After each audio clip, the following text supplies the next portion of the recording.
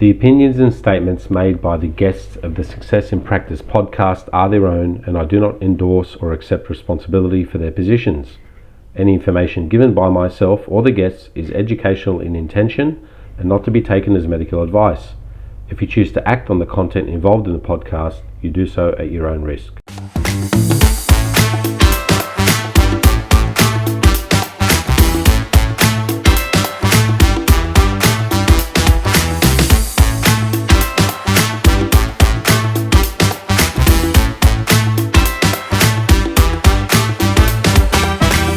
Okay everyone, welcome to another episode of the Success in Practice podcast. Today I'm joined by Thanuja Vanderhoek. Thanuja is an osteopath whose career has been shaped by a rich blend of education and hands-on experience. From her early years, Thanuja's path was marked by a commitment to understanding the human body and its intricacies. After completing her bachelor and research master's degrees in osteopathy in Sydney, she pursued postgraduate studies in osteopathy with a special focus on osteopathy in the cranial field, direct and indirect techniques, and earned a graduate certificate in manual therapy for neonatal and infant paediatrics from Victoria University. Now, with over a decade of experience working in Sydney and another 10 years in regional setting in Albury, Thanuja runs a thriving multi-disciplinary practice focusing on paediatrics and women's health. Her clinical week is dynamic and a blend of treating infants and children, supporting pregnant women, addressing a range of women's health issues, and assisting the general population in a regional area.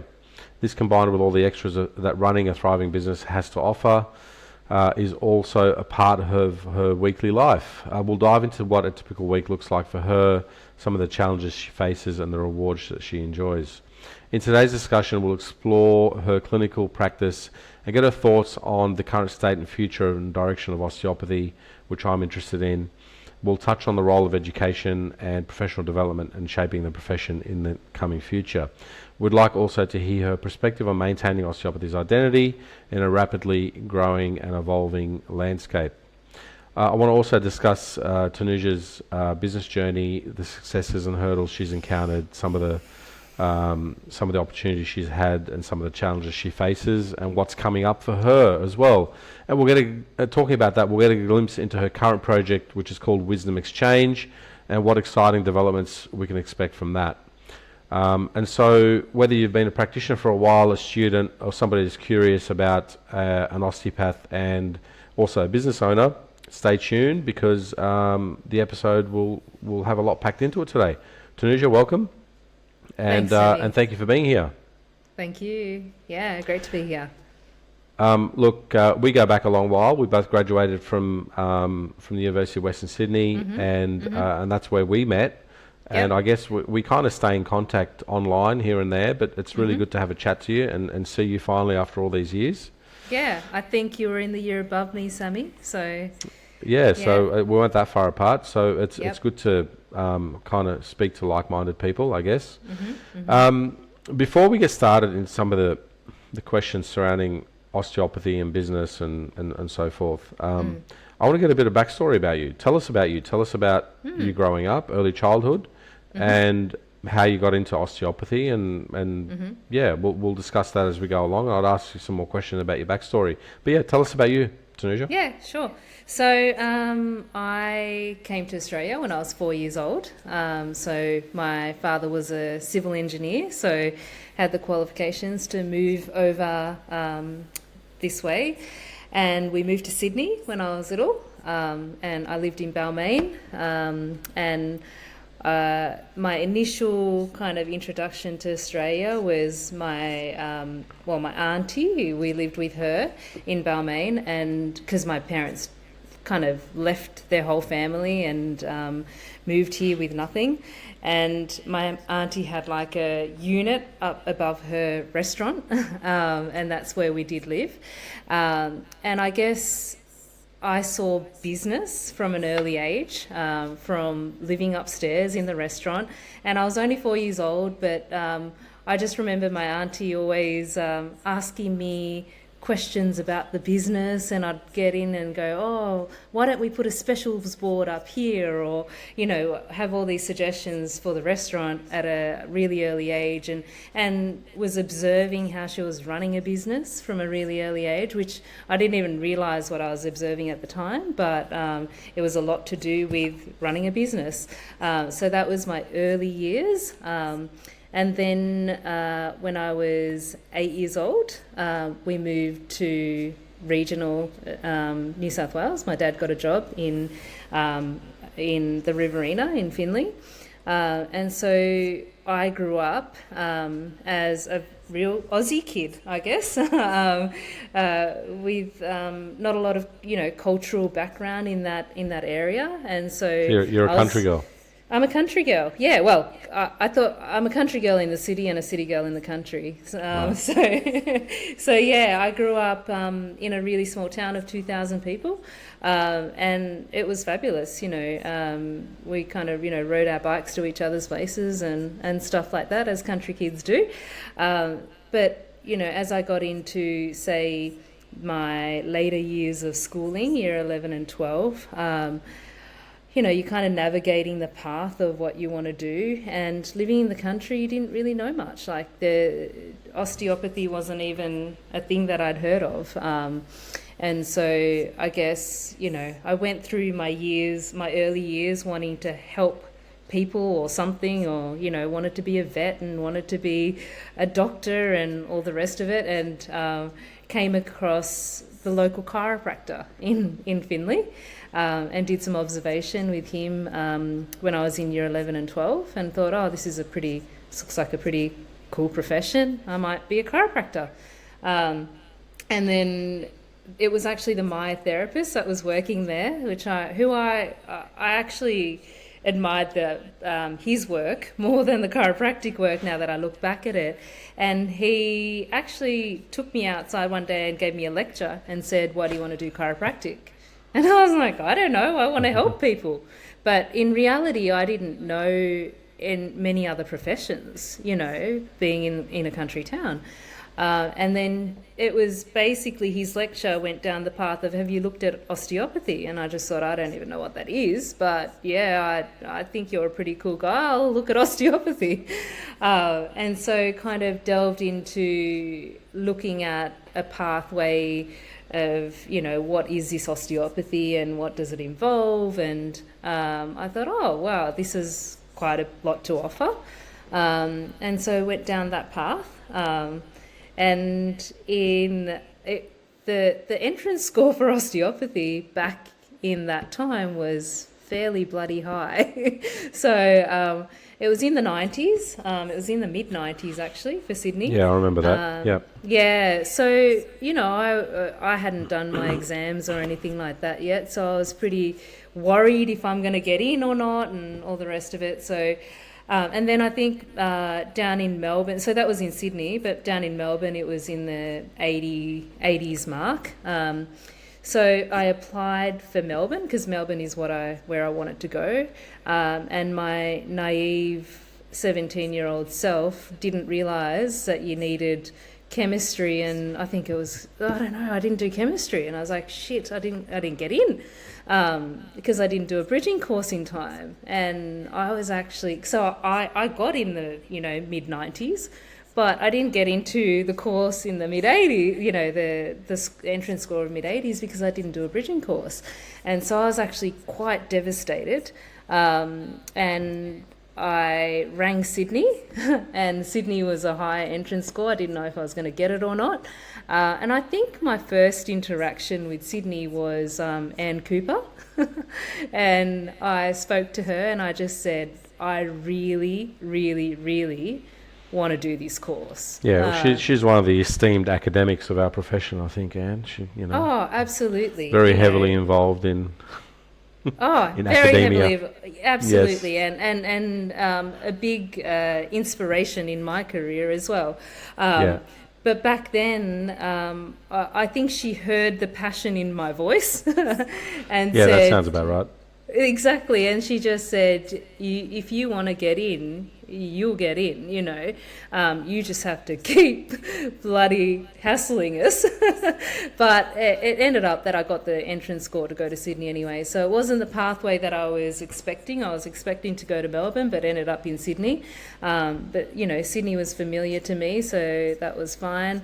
I was 17 years old at the time, and made my move from my family base on my own to Sydney. So it was a pretty big move back then, to leave everything that I know.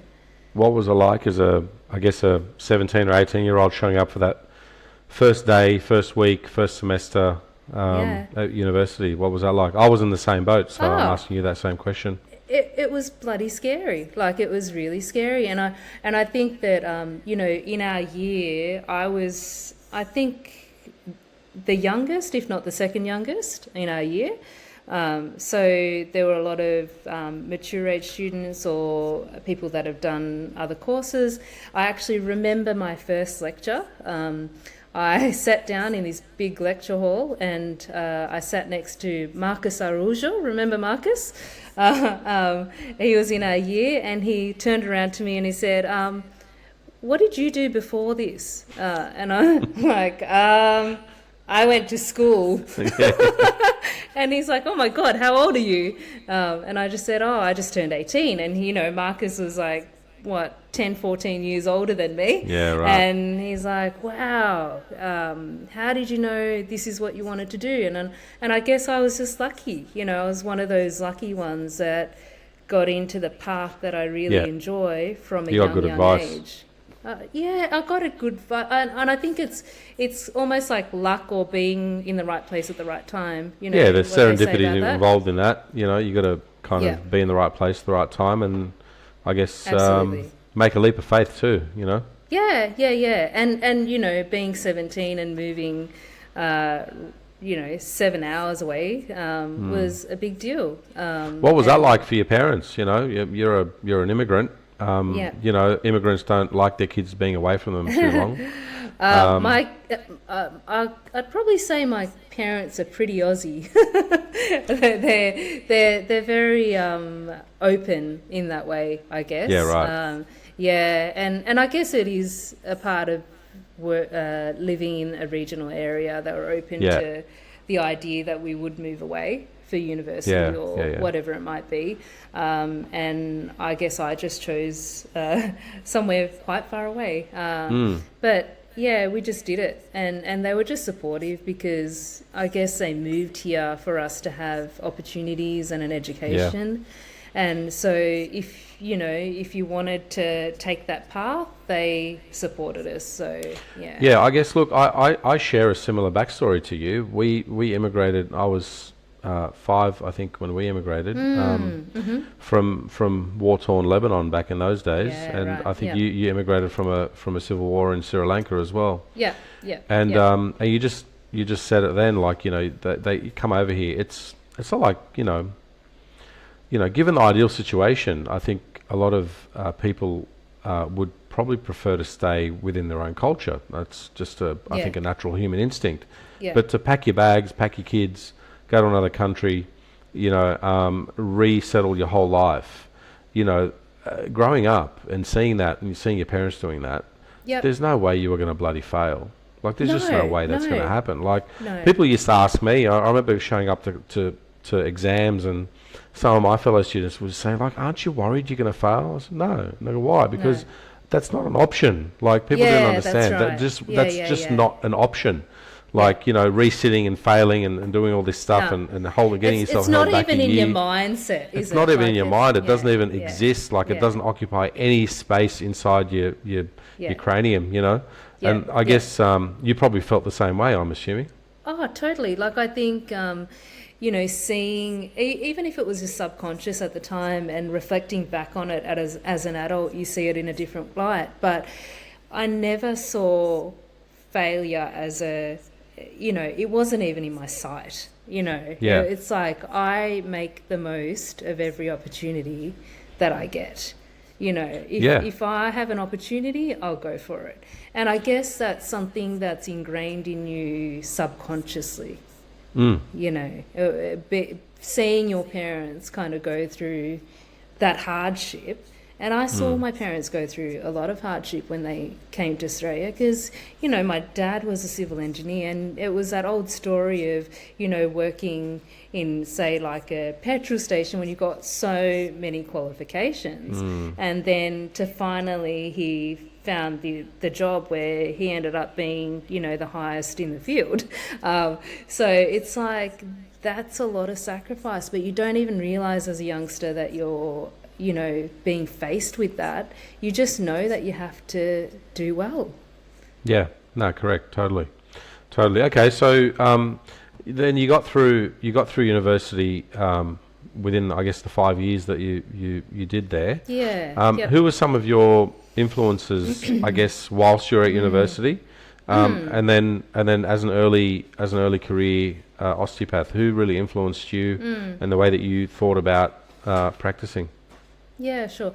So definitely Anne Cooper. I mean, I think back in our era and now, she has an influence on a lot of osteopaths. The thing I liked about Anne, and the thing I like about my mentors, is that, you know, can I say she's a hard ass? yeah, you can. I'm sure she wouldn't mind, but she's a hard ass, but a soft soul, you know. So it's almost like these lecturers that I had used to challenge the shit out of me. You know, they would put me with, so for high velocity, you know, manipulation exam, they would put me with George Sprukos, the biggest guy in the class, and go... I think he's pretty lean now, George.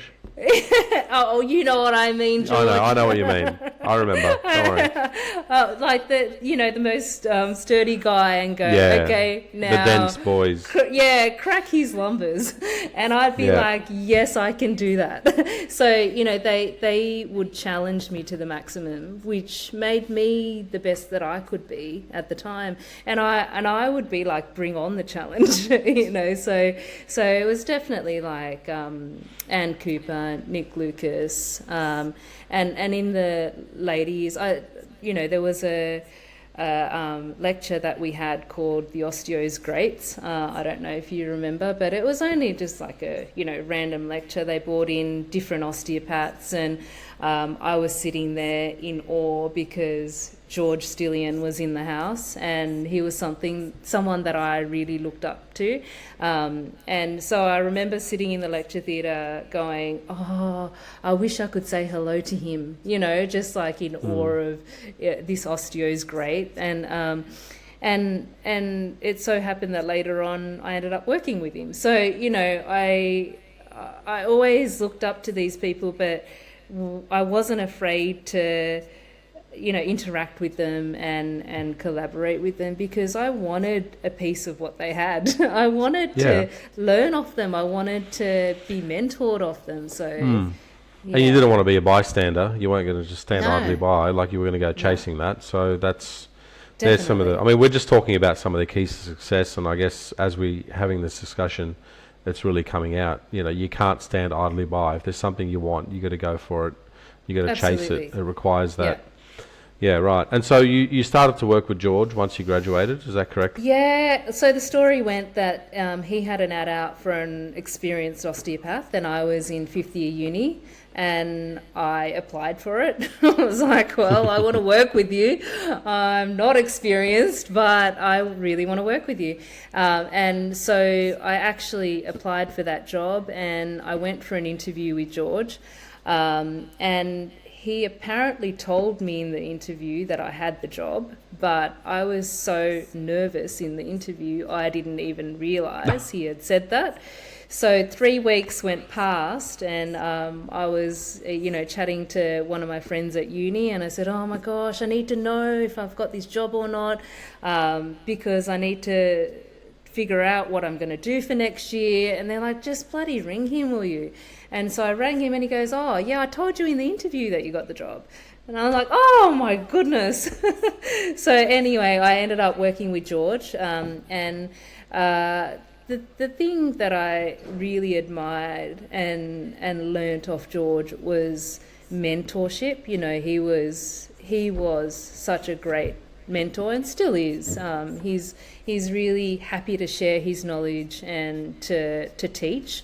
And the thing that I did was, you know, I think being in a clinic with someone that is of a high caliber is quite hard, you know, because people want to see them. And so for me, I wanted to use up every opportunity that I could. And at the start, I was fairly quiet. So every session that I didn't have, I would go in with him and I would observe him. Every session. No, you know, I wouldn't just sit around. I wanted to learn off this guy.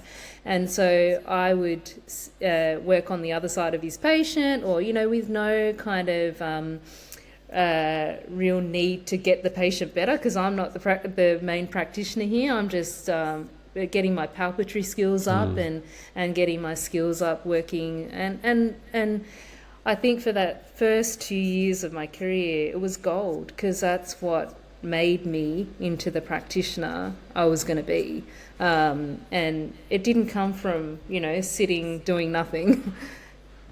Right. And so you've seen, I mean, I want to contrast this a little bit, because you've just said that the first 2 years were really important, that you gained a lot of confidence, you upskilled yourself, and you were able to then kind of, you know, move on from that, not move on in terms of physically move on, but actually move on in terms of your career and really start to get results for your patients and get busy and start to make a name for yourself. And so you've now, I mean, we'll talk about this later. You've got your own practice, and you've got people working with you.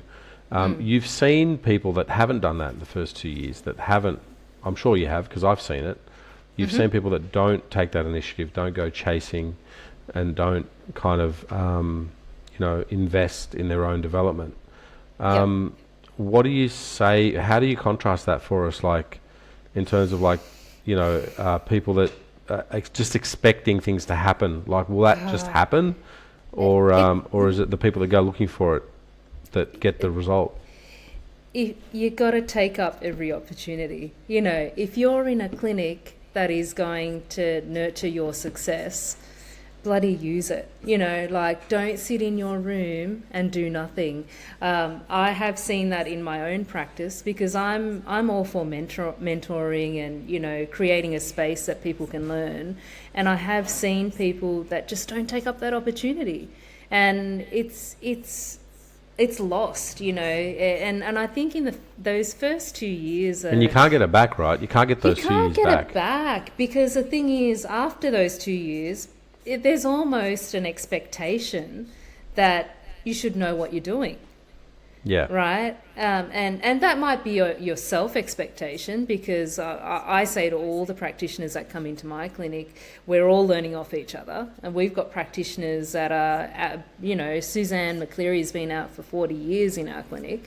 But the thing is, you need to you've got to be teachable. You know, you've always got to be teachable. No matter what stage you are in your career. But those first 2 years are formative, I think. Like, you know, it's like the first 2 years of life. It's formative. It's like, how can we gain as many techniques and it's not just techniques, it's learning off the mannerism of those practitioners and how to set your path right. You've got to. And that's what I found the benefit in watching and observing George. I mean, we don't actually treat completely alike, because I do structural and cranial work as well, but the mannerism he had with people, like even observing that and how to communicate and his humble nature and how to connect, you know, all those things are really, really important in your career. So yeah, they are. It's if you aren't busy, if you don't have a patient, go in there and observe these senior practitioners. I think the issue that we face these days is I don't like to talk too much about the younger generation, but the younger generation coming out and not taking up those opportunities, kind of thinking that, I already have my basis, I've done my uni degree and that's what I need. that's just like your canvas, isn't it? Like That's your just you're starting registered. point. You You're just registered. gets you registered. That's it. Yeah. Doesn't mean that you're good. Doesn't mean that you're going to get results. No one pays you because you're registered. People pay you because you can get an outcome for them. Yeah. And I guess if you don't know how to get the outcome, you should at least go looking for it. Yeah, that's right. You know? And whether it's you're within the clinic or professional development, go looking for it, go searching for it.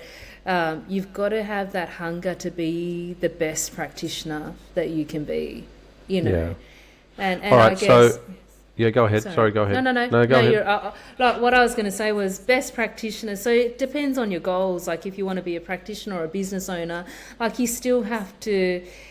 You have to model off people, you know, whether it's osteopath or business or whatever it may be. You still have to learn the ropes. You can't just, just go into business or just. There's nothing new under the sun, right? Like, you know, it's not like a lot of things people have already done before. And have done them very well, and you could learn. You could take a lot of shortcuts by just. Like shadowing people and seeing what they've done really well and just refining that. Like, I mean, it's not like, who's inventing the iPhone? It's not like it happens all the time. There's nothing new under the sun. You've just got to find somebody who can set you on the right path, and you've got to go chasing that. Yeah. And always be open to learning, Once you think that you know it all, then you're done. You don't. No, the more you know, the more you don't know. Yeah, exactly. Yeah. Okay, so you worked with George for a little while, and then after that, tell us what happened. Is that when you kind of, you spent 10 years in Sydney? Yeah, so I started my own practice. I was working in a multi-disciplinary practice in Balmain. So it was a really great hub. We had holistic. Well, we had GPs, we had psychology, naturopathy, and I ran the osteopaths from there. And I ran about 5 osteopaths from that centre. And I was fairly young at that age, but I had this drive and this vision to be a business owner. And so I started doing that fairly young. I graduated at 22. And I was doing that probably 23, 24. So I was pretty young starting that off. And that just grew pretty quickly. And I started doing paediatrics pretty young as well. And I guess I gained that edge for doing paediatrics through George's clinic, and ended up doing a lot of paediatric work in Balmain, and I was getting referrals from, RPA, the hospital, midwives, doulas, obstetricians, and I was integrating, getting referrals from the medical profession fairly young, which was a daunting thing because, I hadn't had kids at that time, and it was kind of like, we're pioneering in that field, paediatrics, in osteopathy. So it was a pretty daunting thing, but I was ready for any challenge, and did it quite young. And then we moved out to the Hawkesbury when just before my daughter was born. Now she's 17, so that was a while back. And I started a practice in Windsor as well. So I had 2 practices going, one in Balmain and one in Windsor. And so I had osteos from both locations running at the same time. And then little kids at the same time. So it was pretty busy life. Yeah. Yeah. Yeah, okay. Well, that is a busy life, especially with young kids, and then trying to juggle not only business but also treating yourself, because, you're a clinician, you like to keep your hands on patients, you have to. When did the decision happen to move quite regional to where you are now? So... Albury, yeah. So...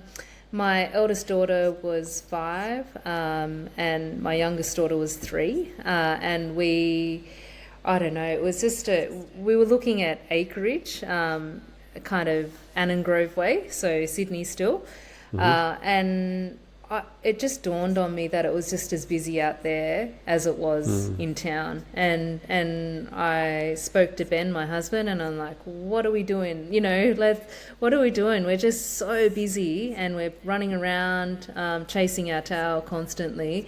Why don't we think of somewhere else that we may want to move? And we had no idea where.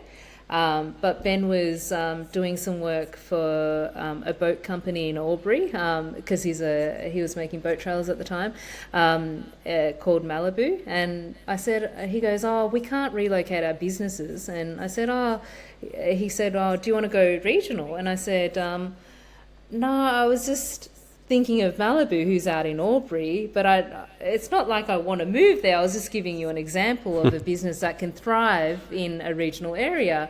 And again, it was just like a path, a leap of faith, a path. Yeah. And I said, let me look at the real estate in Albury. And I had a look at the real estate and I'm like, bloody hell, look at the things you can get there compared to Sydney. And it was just a pathway, really, and we ended up making the move with a 3 and a 5-year-old to a completely different location. And I guess, like, reflecting back on, it wasn't as massive as what my parents did when they moved to Australia, but we relocated 2 businesses from scratch. I started off in a room on my own in Albury, and so 0 patient base, 0 income. So it was reflecting back, a high risk situation to move into. Well, it sounds like though that you've rinsed and repeated that process of starting from nothing and then building something a few times. Oh yeah, yep. And so you get to know what works and what doesn't. And absolutely. You realise very quickly that the basics work, that osteopathy works, just backing yourself and doing the basics. Yeah. And then people just talk to other people and off you go. Yeah, and my strategy, because I had done it, I did it the wrong way. You do it wrong and then you learn the right, I guess. But my strategy was to market myself to health practitioners. So I didn't do any of the flyers or any of that kind of stuff. I just went straight to the health practitioners because I thought if they gain trust in me, they're going to refer to me. And I didn't actually go down the path of medical practitioners back then either, because I knew when I started off in Windsor that, I would give out referral pads and all the rest of it, and they didn't really care. So I almost did like a reverse marketing with the medical practitioners. So when patients would come to me with good news about what, their ailments and then that they're getting results, I'd say, go back and tell your GP. So I would get the patient to report back to their GP, and then the GP would start gaining trust in me. So it wasn't almost like gaining trust in osteopathy, it was gaining trust in what you do. So that was the strategy I took, starting my practice here in Albury. And in all honesty, it didn't take a long time to go from 0 to 100. It was pretty quick. And I did a lot of presentations to health practitioners to the local hospital. Like I rang the local hospital and said, look, I do paediatrics, can I come and do a professional development for you? And I was expecting, say, a couple of midwives in the room, but I had like 30 medical practitioners come to the talk, and it just kind of escalated from there. Good. And they get to know what you do, but it's a hard task relocating, because no one knows you. You go from having a well-known clinic, a well-known name to nothing. So I kind of got a little glimpse of what my parents went through when they relocated. It's like, yeah, it's a double-edged sword, because good business people generally don't market their own name; they market their business. So that way they've got something that that's more tangible. Yeah. That's right. And so the problem with what we do is that if we do that, we market our business. We can't just pick it up and take it with us. Yeah. Because our businesses are very local. They're local driven. Yes. And so that's a hard thing to do. But like I said, the fact that you've had to do that a couple of times, you would have learnt how to do it and how to do it well. So, and there's some nuggets, really good nuggets of information there for people to not do direct marketing in terms of straight to the population, but to do marketing to other health practitioners that could, I guess, lend you some of their authority. Yeah, Right? yeah. Because that's what they're doing. They're talking to their patients and they're saying, go and see Thanuja. She'll get this right for you. And just having that testimonial, that referral from another practitioner, it's more likely that you're going to convert that into a patient that actually comes in to see you, more so than seeing a flyer or some kind of, fridge magnet somewhere.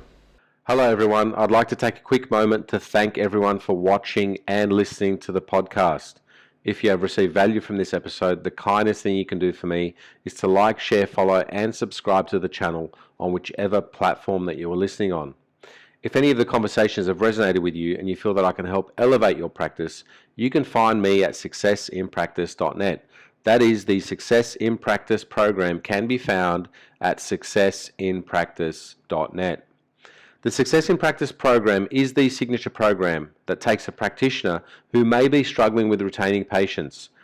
They may not be certain about building effective treatment strategies, and they may feel somewhat anxious and doubtful about what they are going to do with a patient. And they are not really accelerating in the real world of private practice.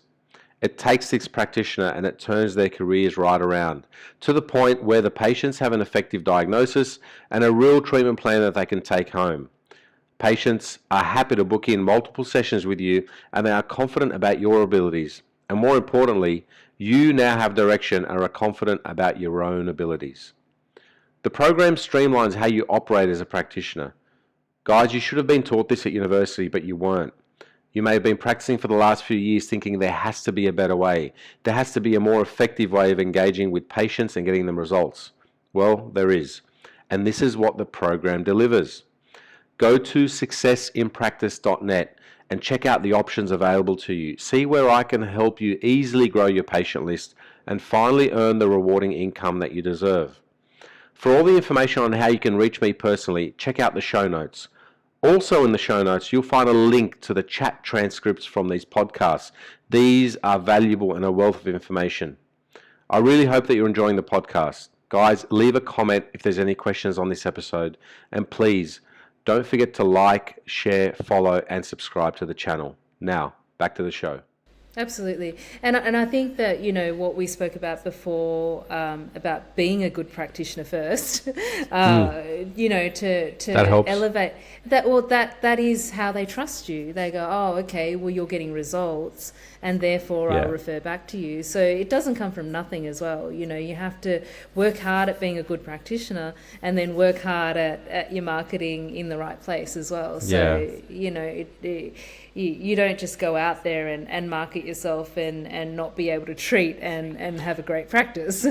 Well, again, that's a double-edged sword too, because if you are really good at marketing, but you're not very, let's say you've just graduated, you've come out, but you haven't really developed or upskilled yourself, but you've done a lot of SEO courses and marketing courses and want to start your own practice, you'll get a whole bunch of patients coming in, but you'll just get bad reviews and no one will come back and see you. Yeah, that's right. It's right. Like, that could burn you as well. So you have to be good at what you do. Absolutely. Thanuja, tell me about your week now, your clinical week. What does that look like now? Like, what are you doing? What kind of volume are you doing? What kind of patients are you seeing? Yeah, look, I generally only treat 3 days a week now because I need to focus on other things with the business as well. So, I've got other practitioners working in the clinic too. I tend to see a lot of paediatrics, but I do see at the adult population as well, see women's health, and also just general, lower back pain and stuff like that too. So I tend to treat structurally and indirect. I guess that indirect approach I found that I felt it when I was back in at uni, and so I thought, I'll delve down that path too. But generally, I'll be doing high velocity techniques, METs, soft tissue, and also cranial and indirect as well. So that's how I treat my patients. But obviously, the paediatric population, I do generally indirect work with them. So I find that quite satisfying working with peds for me, because I guess the biggest part of it that I find satisfying is that they can't tell me where they're in pain, and so I have to have good palpatory skills to feel what's going on, and to create a change makes a big impact on the whole family. So it's a really satisfying role. You need mentoring with those sort of things. Like, you need to know how to work with pediatrics. You need to know how to work with a dynamics of a mother and father and a baby in the room, all that kind of stuff as well. So and I tend to mentor quite a bit as well. So I have the osteos come in all the time and ask questions and share techniques and learn. So that's a big part of my work. So what would you say to a new graduate that is listening to this, and they probably have a more of a liking to the indirect techniques, but they're not really investing their time into more direct techniques to start off with? The basic stuff, the MET, the myofascial releases, the HVLA, the basics that we use as bread and butter. If you want to kind of skip those and go straight to craniosacral, is that a poor decision or a good decision? Absolutely. Well, depends on who you ask, but in my opinion, you need the bread and butter. You need to learn how to treat a patient holistically. For me, I think of all the, we talk about cranial osteopathy and structural osteopathy. I believe that, osteopathy in the cranial field is another tool. The structural techniques, they're all tools in your bag that you can use on a patient. And you need to be able to work with all the tools. Because you'll get patients come in that need different tools, and especially as a young practitioner, you need to be able to treat anyone that comes into your practice. And I guess, for example, say practitioners that are doing osteopathy in the cranial field only, I guess they've gone down that path along the way, not to start off with, along the way, and now they're, I guess, either just delving into those techniques, and therefore people seek that. Whereas when you're a new practitioner, you're going to get a whole load of different patients coming into your clinic that won't just want indirect. They'll want a variety of techniques, and you're going to have to know how to service that patient. Yeah, well, also the best practitioners who are very, very competent at indirect techniques have built up a base of direct techniques. Absolutely, as a kind of people like George Stillian and these, they had a really good base of direct techniques that they would have started with. And they would have built their palpatory expertise on top of that. It's like layers that you got to go through palpation. You start with your myofascial work. You might go to the joint articulation. You're feeling different tissues. Muscle tissue feels different to tendons, feels different to ligaments, feels different to fascia, and that feels different to the connective tissue in between your joints. That feels different to the actual joint articulation. And then when you get the joint to its barrier and you thrust through that joint, that's another different feeling. And then when you start to look at functional technique and counter strain, and you're waiting for the release to happen on those, and you build up on top of that, you might do biodynamics, and then you might get into cranial or whatever. Like it's kind of like it's a build up effect. You don't just skip. You don't just skip rolling over and crawling and then getting up and bubbling around and then walking and go straight to the 100-meter sprint in the Olympics. It just doesn't work. Yeah, and I guess that if you feel like that is going to work, you're kind of a bit delusional, because you need to build your palpatory skills. You can't just and the thing is, you're not going to get the results, I would believe. Look, it may work, but you're asking to take the real hard path, like the hardest path possible. What I mean is, in the early stages, if you think that you have the palpatory skills straight up to do that exclusively, unless you're working with a practitioner that's going to really mentor you, help you out. It's and I did have that with George. Like, he was brilliant in assisting me, because I in all honesty, when I first started working with George, I would sit on the other side of the patient going, oh my God, this is boring, because I wasn't feeling anything. So it was like, I didn't know what I was feeling. And then over time, it was my palpatory skills got better, and I'm like, oh, now I know what he's feeling, so it was like I was just sitting there to start off with, actually. So that tells you a lot. So and as you were sitting there wondering what the hell is he talking about, you're building your skill set in the basics. And then it would have gotten to a point where you go, aha, okay, I can. Now I get it. I get it. Now I feel it. Yeah. And I think if you think you feel it straight out, I would say that you probably don't. Yeah. Right, you probably don't. You're probably just overshooting your own abilities there. But anyway, so your clinical week at the moment is about 3 days a week. You're treating a mixture of, I guess, general population and their children. And one of the other points I want to ask you, and this has been my experience. Look, I run a sports medicine clinic.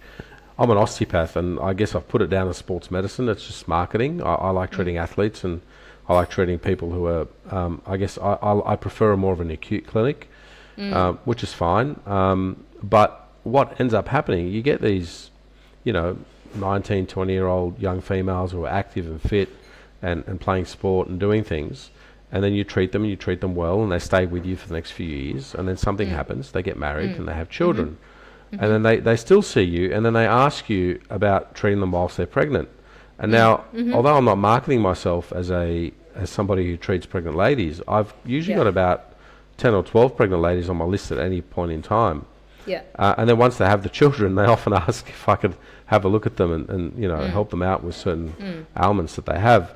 And so sometimes you've just got to treat people through their lifespan, and you'll get all that stuff, the niche stuff that you want to do. And that'll come. Have you found that was your experience as well? Is that like, you're not just going to get babies coming to see you straight away? You're going to have to do the prelim work on the mothers and get them right. Absolutely.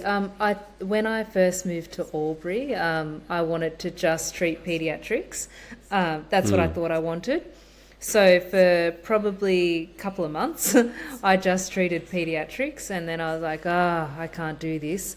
I like lateral thinking, and I just found that it was just too, I was getting cases that were too similar all the time, and I needed to expand. I definitely treat patients through their lifespan. Our youngest patient might be a week old, and our eldest patient at the moment is 99.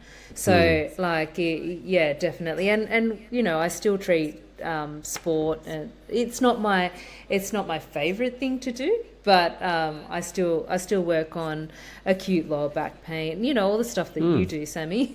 but I find that we get a lot of referrals even from other osteo clinics for our pediatric work, which is great.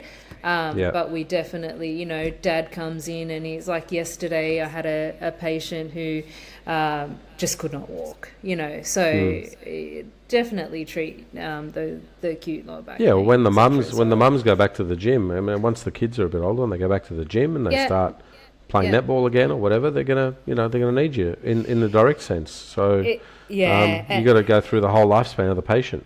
That's right. wonderful That's too. Right. Yeah, it's good to see that, And it is, and it's and it keeps you on your toes as well. You're not doing the same thing all the time. It keeps it interesting. So yeah. Yeah. Okay. Look, I want to ask you some questions around. I guess we've just touched on the I guess the way to treat or get more people in your clinic that would require, I guess, some kind of attention to paediatrics and obstetrics and so forth. Tell us about your, I guess, your experience with paediatrics and your approach to it. Is it mainly a craniosacral approach? Is there are you looking at the patient as a little person, and you're kind of shifting? Are you working on them as a smaller person where you're kind of shifting tissue and moving somatic dysfunction out of the way, no matter what kind of tool that you use? Oh, absolutely. Like, I guess treating pediatrics to me lends itself to more indirect techniques just because of the releases that we have to get with them. But I call it even it's almost like a direct indirect approach. I'm pretty heavy handed with what I do with cranial work or, BLT or whatever it might be. But I do a lot of fascial work on them as well. So, getting into the torsions and unwinding torsions, looking at, pelvic dysfunctions. It's just like a little person. I'm assessing them like a little person. And I do have even parents say, oh, how do you do this? And it's like, well, it's just a little person. We're looking at the biomechanics just like I would with an adult. But it's just a little person with different strain patterns. And I guess they get more compressed, in utero and stuff like that. So we have more compressions that we have to work with and torsions. And so I tend to, hold those fascial strains and unwind and I still do articulation. Obviously, I don't do any high velocity techniques or anything like that. But my mind, the way that I think is very biomechanical. So even when I work with cranial work, I don't just sit and float in it. I go, what is this bone doing? What is this joint doing? So that's how I approach it. Yeah, very different. And I guess that's kind of my grounding in what I had. It's all about anatomy. It's not just sitting in a fluid or something like that. I'm actually going, what is the temporal bone doing? What is the zygoma doing? That kind of thing. So it's a pretty different approach. Yeah. And I guess when looking at pediatrics, obviously there are safety issues and looking at different ailments and trying to understand not just the secondary diagnosis from a strain pattern point of view, but also some of the things that are more primary. And what advice could you give to people if they want to kind of learn some of the neonatal and kind of the pediatric ailments and to go through proper diagnostics? I know you did a course over at Victoria University. What advice would you give to people that want to understand those things a little bit better? I think it's so they can accurately diagnoise, I guess, because you need to have an accurate diagnosis before you kind of move in. Yeah, and I think you need to have that background in professional development, continued professional development, but postgraduate, we were lucky that the paediatrics grad cert was there, that we could do that, but I know that that's not around anymore. But there's a lot of even physio professional development out there that you can do, but I actually myself I make sure I have a good team around me. So I'm not just about osteopathy. I definitely collaborate with, the physios, the Royal Children's Hospital, the medical profession around, and I tend to, if I suspect something big, I refer definitely, because it's, you just can't do that completely on your own. If you've got some sort of genetic condition or something that you're considering, you can't release that. You're not just going to release a strain pattern. You know what I mean? Yeah. So yeah, there's definitely been times where I've sent the little ones off to the Royal Children's. Like, last year I had a pretty severe case of a spinal anomaly that needed, it's pretty big stuff, and I actually found that through referring for an X-ray. It is a bit of a challenge to find a team or a network around you, because initially the medical profession kind of dumb you down a bit, because like going back to that case with this patient with the spinal anomaly, it took me 3 months for them to order an X-ray for him. Wow. And that he was 3 months at the time and only got diagnosed at 6 months, and I could have referred for that X-ray, but it was this kind of political type scenario that was happening there. So you have to make those judgments, and you've got it's a pretty big deal, and this little boy is going to have surgery and go down that path as well. So you've got to be able to know a bigger scope of your practice, and be able to refer to the right people as well. Yeah, okay. All right, well, I want to talk a bit about running your business, and you've grown that business, and I think you've got some practitioners working with you, and working alongside you as well. Tell us about some of the challenges you're facing right now in business. Like, what's your greatest challenge at the moment? What are you finding difficult and challenging with running a business? Hello everyone, just a quick break to give you some information on where to best find me. The first place is the private Facebook group called the Successful Practitioner Pathway. I've set up this private group as a place where practitioners can go and get tips and advice on how to best accelerate their practice and improve their clinical practice skills. The second place to find me is at successinpractice.net. That is where the Success in Practice signature program is housed. You can find more information about me and how I can best help you achieve success in your practice. So, the two best places, the private Facebook group, the Successful Practitioner Pathway, and successinpractice.net. I will link to both those places in the show notes, so for more information, please see the show notes. Now, enjoy, and back to the show. The biggest challenge for me is getting practitioners. We're screaming out for practitioners, and so I find that the hardest thing in a regional setting at the moment. And I don't know if it's just regional setting, or if it's just osteopathy in general, or if it's the culture of the workplace at the moment. But I guess when I was in Sydney, I'd have practitioners for 5-6 years, and now I'm looking at a lifespan of maybe 2 years, to hold on to practitioners. And I guess we do get practitioners, say, from Melbourne, maybe move back, etc., or they don't want to move out of Melbourne, and so I guess my biggest stress in business, which is really unfortunate, is finding practitioners. Right, and as I understand, there's, I guess, both universities in Victoria, Victoria University and RMIT, both run clinical placement programs.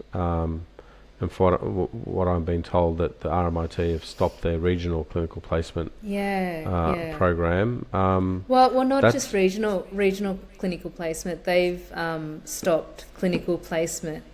In total. External clinical placement. External clinical placement. Right. Yeah. Well, that's what I've been informed. Okay. And we do run internship programs within our setting, and had high success. They come into our practice and they're busy from the moment they step in. So they're seeing a large client base straight from day one, and they tend to do like a 3 or 4 week placement, and they love it because they get real life cases. Whereas what I have heard from our interns is within their student clinic, they're not seeing many patients at all. So I don't know whether that's to do with advertising or I don't know what it is, but remember our UWS clinic, it was thriving. It was, we got... Yeah, well, we were the second year through and we were busy, We were busy. You were the third year through and you were busy, so really it didn't take busy. that long. Yeah. Yeah, and we were seeing more kind of real life cases, but what I find is, students coming into our practice and going, oh, wow, this patient's got cancer, what do I do? And I'm like, well, what else do they have? That's right. You're not going to get rid of the tumour, just work on something else. What do they come in for? And so that they don't have the confidence to treat a real life patient because they haven't been exposed to it. And so, my big thing is that we need, we've spoken about this before, Sammy, but we need more intern places in, external training centres, I guess. Well, look, there's a problem at the moment with osteopathic education. That problem is not just our problem; it's a problem of entire allied health. That I guess whether it be universities, whether it be regulators, they're more interested in evidence-based therapies and evidence-based, I guess, medicine, and that's okay. That's their prerogative. That's fine. But to bring a lot of that stuff in, and I had a chat to Gary Fryer on the podcast a few episodes ago, and he was telling me that osteopathy and the principles of osteopathy were probably when he started looking after the course was probably 1 out of 4 different pillars that they had, and now it's 1 out of like 9 pillars, and they've got things like obviously sensitivity to diversity and culture and all these kind of things that osteopaths have to kind of have in their course, and to add all that stuff in, things have to come out. And I guess what we've been losing is a lot of the osteopathy in osteopathy. Now, if you talk to physiotherapy students, they'll tell you they do no hands-on. So they're losing manual therapy out of their course. And if you talk to chiropractic students, they're having a similar issue. They don't touch a student till third year. They don't touch a person till third year. So it's not just us. And so, okay, well, there's a problem now. Well, what are we doing about it as a profession? Like, what solutions are we coming up with? Are we kind of are we riding the wave of kind of what's happening and just going, well, it's happening and we'll just go along with it? Or are we actually getting together and saying, what are the solutions? Are we, let's set up an internship program where, we redo these courses, turn them into 4-year courses and give them a 1-year internship before they get registered. Why don't we look at investing in maybe super clinics in all the different states where people can go and do, a year in that clinic and get their skills up. Why don't we look at larger clinics in different states, clinics like yours, clinics like mine. There's plenty of clinics in Melbourne and Victoria, plenty of clinics in Sydney, where we take those practitioners, we teach them how to teach. We'll give them proper education, maybe a grad certificate or something in education where they have to follow certain guidelines, and we turn those clinics into internship placement clinics. Absolutely. And so, me and you were kind of these two practitioners butting our heads together. I don't know why the profession, I guess, and I guess the professional body representing us hasn't come up with this thing. I mean, I know that there's an osteopathy conference later this year. Something like this is not on the cards to be discussed, and I think it should be. It definitely should be. We need to do something about it. And our profession is losing out from it, really. Like, as we spoke about before the podcast, when I sent out an email to RMIT regarding external placements, they basically said that they're sending these students to aged care facilities and sports facilities for their placements. And so they're not getting their hands on, they're not confident coming out to do private practice, and you've got all these business owners needing osteopaths and osteopaths not doing osteopathy, And so, yeah, it's a big void, and we need to definitely do something about it. And training centres or, as you said, super clinics, etc., are the way to go, because they're going to get hands-on experience. Well, yeah, it doesn't even have to be one large clinic. It could be people like you, people like me, people like. There's so many out there. There's so many out there that have got a multitude of. There's plenty of clinics out there with 5+ practitioners that could probably take on 2 interns or 3 interns. Absolutely. And if you do that, and they thrive from it. From it. Yeah, and they can still do their aged care stuff. Like it doesn't have to be totally in private practice. You can do 6 months. Absolutely. You can do 18 months in private practice and 6 months in aged care, or it could be but we're not talking about it. That's the issue that I have. It's just not like there's probably a solution there, and I'm probably not the brightest person to come up with that solution. There's probably a lot more people that can. But look at the medical profession. Like they send, you have compulsory time in different places. Yeah. So you get it's like you're getting a feel for which area you want to go into. And I think if you send them all into one field only, they're not gonna get that taste for private practice, and we're going to have decreased numbers in private practice, which is going to be a big challenge for us. Yeah, we'll discuss the future in a minute, but I want to ask you a question regarding also your business and how you've decided to kind of the direction you've decided to go in. I know that you run an employee model there where you're at, but I know that you previously run a contractor model. Can you give us an insight as to what made you make that change, and what are you noticing about, I guess, the responses from the graduates? Like, what are you noticing? Does the employee model attract something that the contractor model doesn't? And does the contractor model attract something that the employee model doesn't? Yeah. I guess the new grads are looking for security, especially if they're looking to move. They're looking for security. But we discussed this before. I run kind of like that clinic mastery model, which is kind of based on a percentage and a bonus structure and all that kind of stuff.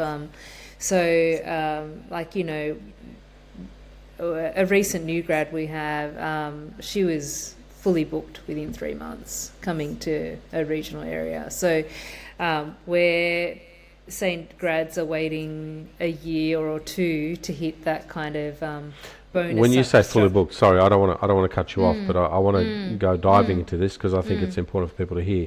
When you say fully booked, what do you mean? As in they... Numbers, like what do you mean? As in, like, are they working 3 days a week, 5 days a week, half an hour consultations? What kind of percentage of bookings are they getting? Yeah, explain that to us. We're getting probably like 80 to 100% booking rate, right, in the regional setting. Yeah, okay. We're crying out for practitioners. That's, I hear stories of them sitting in Melbourne clinics with no patients on, and this is probably why they're looking for security as well, because say they're sitting in a clinic that's quiet, on that contractor model and actually not making any money. Whereas they could go to, say, Sydney or, regional setting or a different area and be on that contractor model and make a hell of a lot more. Be very busy. Yeah, be very busy. So, if you go to Melbourne, literally you look around every corner, there's an osteopath.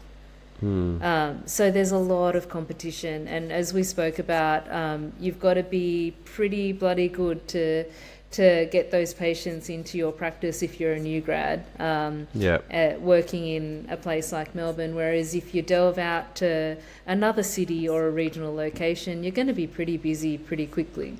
And so whether you're on like a employment plus bonus or on a contractor model, you're going to be making money elsewhere.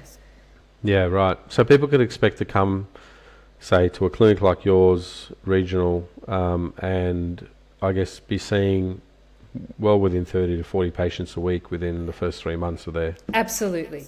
Yeah. Absolutely. Yeah. Yeah. Well, forget the money side of it. That's just great for experience, right? Like, Yeah, absolutely. And that's, we talked about it earlier about the first 2 years and how you take off. And I guess if you want the best kind of way to take off is you got to get your hands on people. Exactly. And our interns say they work 3 days a week. So what they're generally doing is working 3 days a week for 4 weeks. They're seeing like 30 patients a week when they start. Yeah. So, right. That's hands-on 30 patients a week. And they're bloody exhausted after a week, but that's what you're going to get. They'll build up the resilience to it. Like, you do it enough, you build up the resilience to it. Yeah. But this is real life. It's like, this is what real life is, and this is what it's like to be busy, and this is what you aspire to do. And so they love it. They come in and they love it, and they get all that experience, and they leave feeling confident that they can do it. Yeah, good. All right. Well, if people need work, I guess give you a call and head out to Albury. We kind of touched on this a little bit earlier. Give us your thoughts around kind of osteopathy in the direction of the profession. Where do you think, I know we discussed some of the challenges to do with education and attrition. I guess people, excuse me, people... I hear people leaving osteopathy, and we never heard that when we other than some of the ladies that I graduated with that had that went off and had families and things like that. A lot of them came back to it, but people are leaving the profession now. They're exhausted, or they're not busy, or they're just not fulfilled. What's going on? What's going on? What do you think is happening? I don't know the exact figures, but one of our new grads mentioned like a 50% rate of leaving the profession. That's pretty high. That's awful. It's awful, and I think it comes back to what we spoke about, like not getting possibly not getting the mentorship, possibly not getting the patient numbers. Where they're located, not getting the support. I hear a lot about, I guess, principal practitioners not filtering patients to their associates. I don't know why you wouldn't do that. Like, I think that's ridiculous. How are you going to grow your business if you're the only one, servicing your patients? One of the things that I found is, I guess, a bit unusual is that, look, it's easier for someone like you, Thanuja, who say you're treating 60 patients a week, you're somebody with, a lot of experience. You could let go of 20 patients a week and build that back up really quickly. Absolutely, yeah. Whereas getting a new grad to 20 patients a week on their own is much harder. And so that just seems like a no-brainer to kind of just let go of 20 patients. So, hey, go and see this person, give them a good kickstart. And you'll fill up your books pretty quickly, like within a week or two. And I don't know why that's happening, but that's a strange one to me. I don't know why principals would do that, but I'm all for. So basically, how I run it is I train them because they come out really smart, intelligent individuals, and you have to be intelligent to do that course, but their hands-on skills aren't up to scratch.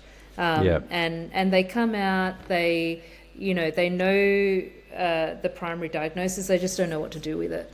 And so we're trying to teach them osteopathy again. So that's you're trying to teach them the secondary diagnosis. Absolutely, and how to actually treat this patient. And it's what we got taught from day one, back in my first lecture with Ann Cooper. It's like... so how are you finding their thought process? How do you find their thought process? Like, is that really what you have to work on? I mean, I know the actual hands-on stuff is important, but their thought process, how are you finding that? And what do you find the challenges in getting them to think a bit more laterally, I guess? I guess it's that they're going directly to the source and not knowing what to do with it. And so what I generally do is when I get the interns to come in, they're brilliant at finding the primary diagnosis, absolutely brilliant at it. And they'll find it and I'll go, okay, so what are you going to do now? And they just go, I don't know. And so it's like, okay, well, what else are we going to find? What else are we finding? What do we see here? What do we see here? Like connecting it all together is what they're finding hard. And honestly, it doesn't take much to teach them that. It's just getting them to see patterns and understanding the body and biomechanics. We're basically running through the basics of what we got taught. Yeah, okay. All right, well, I guess speaking about teaching and mentoring, and you've been a busy girl setting up this wisdom exchange platform. You're engaging a whole bunch of very experienced osteopaths who have been around for a while, who have, I guess, some have pioneered thought and treatment in that field, and some have really taken it and run with it and grown it. Can you tell us a bit about what you're doing there with Wisdom Exchange and what the aim of that is, and what you've got coming up? Yep, sure. Yeah, so Wisdom Exchange came about during COVID time because we did close for a few weeks during COVID time, and I can't stay still. So it was always like a passion of mine to delve into the online platforms of education because, you talk about producing things on a mass scale. It's like, okay, well, I can't get to a course, but I can do it online. So I wanted to create a platform where we can bring together I guess the gurus of our profession and put these training modules online so we have them for the future as well. So it's almost like preserving our knowledge, our techniques from our older osteopaths, and creating a platform where we can share it with our younger osteopaths, I guess. So not young, you know what I mean, like just to be able to share within the profession so we don't lose our skill and techniques, I guess. So the reasoning behind that was to be able to share the wisdom of the other osteos and to be able to access that on demand, really. Yeah, right. And so your aim for that is to have it be face to face and then recorded, and then have that be put online as modules that people can access and have continual access to. Is that correct? Absolutely. Yeah, that's right. Okay. And what have you done in terms of like what's happened so far, and who are you engaging? Like what can we look forward to, and what have you already done?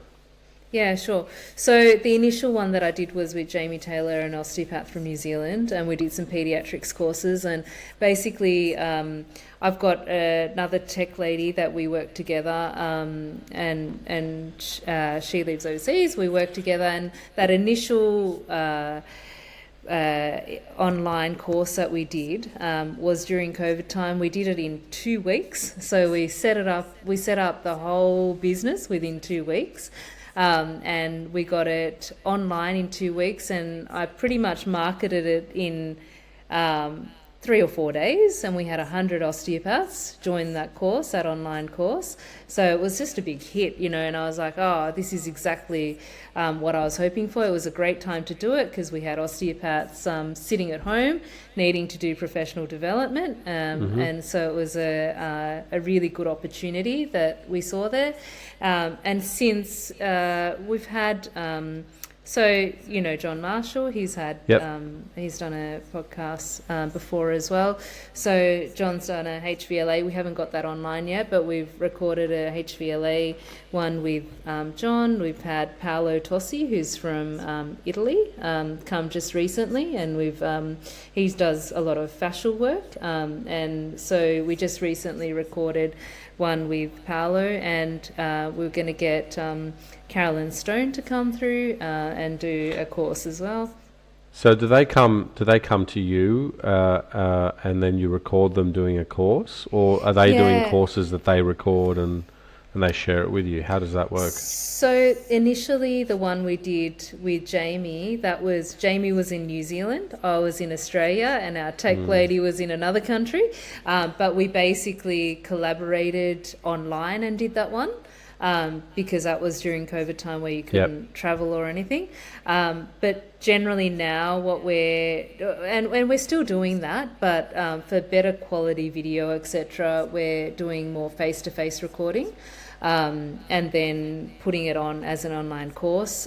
So it's a really good way to learn. All right, so we've got some people to look forward to. I think you said Paolo Tosi and Carolyn Stone. Who else? You mentioned a third name as well there, or did I? Yeah, Jamie Taylor, and then Jamie Taylor, and you've recorded and with John Marshall as well. Yeah. So okay. we've got a few, and we're just kind of getting the ship to sail at the moment.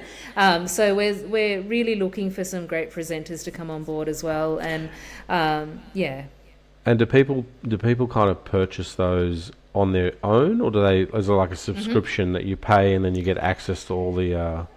How does it work? It's pretty affordable. We make the courses fairly affordable, but basically it's a one-time purchase for whatever course you want, and you have that for your lifetime. So basically we keep that site running. And they get access to it for a lifetime. So it's pretty generous, really, it is. because you're getting these amazing presenters, but you can keep that recording for as long as you want. So, there's no subscription to it as of yet. We may change that in the future. As I said, we're just getting the ship sailing at the moment. But what we want as an outcome of it is like a database of lots of courses that people can access, and that's when we'll work with subscriptions and stuff like that to make it easier to access different courses. And how have you found? Has there been support from the profession? Like, have you found any kind of has there been any professional support in terms of helping you promote it, or is this something that you're just driving on your own, really? Yeah, I mean, I think. Continued professional development, there's not a lot of support, as in marketing wise through say when we first did the initial course, OA did kind of spark it up and made it known, but it is expensive to market with OA, even if you're a member. So we don't get a lot of external support for marketing, but we have people from, even through the tools that we use, we have people from all over the world buying the courses, not just Australia. Yeah, great. I think that's it's a larger market for you too. Oh, it's huge. Yeah. We just get Italy, the UK. There's people buying it all over the place. So it's just kind of taps in and runs in the background, and people just purchase it when they want to. Yeah. All right. Well, I guess moving on from that, but also, touching on that, you obviously have ideas and you've got a vision of where you want your career to go. I think you're moving more into the online space. You love being a clinician. I get that from you. And so I don't think that's going to stop anytime soon. Given the trajectory of that, what would you hope for the future for osteopathy? Like if Thanuja was the all-conquering queen of of the landscape here. What would you like to see happen to kind of at least maintain the identity, or at least push osteopathy along? What would be something you'd like to see happen in the near future, in the next 10, 20 years? I think it's a lot about what we spoke about already. It's more young people or young osteopaths coming out, being mentored by the older profession, and to be able to nurture what we already have with regard to our skills, knowledge, and to be able to be hands-on. You know, we're kind of moving towards the evidence-based practice and not being hands-on, and we're losing our identity as osteopaths. So for me, I would like to see more come out, be confident and willing to be mentored and upskill and use their hands more, to be treating like osteopaths. Not like, I guess, exercise physiologists, or we need to be hands-on. Yeah, I mean, if you're an exercise physiologist, great, you should be. Yeah, but absolutely. If you're an osteopath, you should be an osteopath, right? Like, there's no shame in it. And that's why we refer to exercise physiologists. That's right. That, like, we need to find our identity as osteopaths, and so that's what I would like to see in the future. That we hopefully we don't need to find it. We have it. We just need to we need to preserve it. Nurture it and preserve it, and I guess we need to have the stakeholders of the profession, whether it's the different boards, the professional representative bodies, they need to recognize that there's a problem first, right? I don't know that there's recognition of a problem. We need to recognize there's a problem, that there's a slippery slope happening, whether it's by design or whether it's by by just coincidence. It's happening either way, and we need to put some things in place to kind of protect ourselves from that, because the best marketing is a point of difference, right? Like, if I can make myself, if I go and open a clinic over in Albury, best bet, I'm making myself a point of difference to you, to your clinic, and that's fine. I could do that, and you'll do really well. But if there's no point of difference between the professions, why see an osteopath? Well, why see an osteopath for? I don't know what they do. I don't, there's only a couple of thousand of them in the country, and I guess how they're going to help me, So we need that point of difference. We have a point of difference. We're just not nurturing it, and we're not protecting it. Absolutely. So I'll second that with what you said earlier. We have a niche in using our hands. So why are we not nurturing that? And there's evidence for that niche. It's amazing. Well, we were going towards evidence-based practice. I mean, the evidence out there for touch and the healing power of touch is just, it's you can't deny it. Like, there's actual evidence out there for it. And so why we're moving away, or we're letting things take us away from that, I'm not really quite sure. And people might listen to this and say that I'm being a little bit, I guess, cynical, or looking too far into it. It's not really happening, Sammy. You just, I'm not the only one that's saying that. Other practitioners have been around for a while are saying happening. that. And it's definitely happening. And I guess the more we stick our heads in the sand and we don't recognise that there's a problem, we're going to be the last people to be able to do something about it. It'll be just too late. Absolutely. Look, Thanuja, you've been very gracious with your time. I am going to steal you for a couple of questions for my Success in Practice students.